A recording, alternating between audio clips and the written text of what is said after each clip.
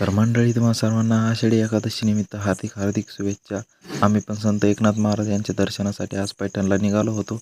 वाटाने जाता जाता सचिन भाऊ आणि इंद्रजित ते भेटले. मग सचिन भाऊ म्हणे आम्हाला पण ब्लॉकमध्ये येऊ द्या. मग वाटाने जाता जाता आम्ही एक क्लिप घेतली. म्हणलं आता ही आठवण तर आपली कधी ना कधी राहते म्हणजे राहतीच. मग वाटाने येता येता खूपच गर्दी बघितली आम्ही सर्वांनी. आज आषाढी एकादशी निमित्त तर पैठणला एवढी गर्दी होती म्हणजे बास. पंढरपूरचे वारकरी पण सुद्धा पैठणला येत राहते, त्यामुळं पैठणला खूपच गर्दी होती. आणि बारीला लावून दर्शन घ्यायचं म्हणलं आज तर शक्य नव्हतं, कारण लाईन तर खूप मोठी होती आणि आपलं बारीला लागणं शक्य नव्हतं. मग काय, बारीला न लागतं मग थोडाफार व्हिडिओ काढला आणि बॅक साईडनं मग म्हणलं चला आपण काय करू आता, दर्शनासाठी निघू. कारण पुढून काय आपल्याला काय जागा भेटणार नाही. मागच्या साईडनंच मग आम्ही आलो मंदिरामध्ये आले.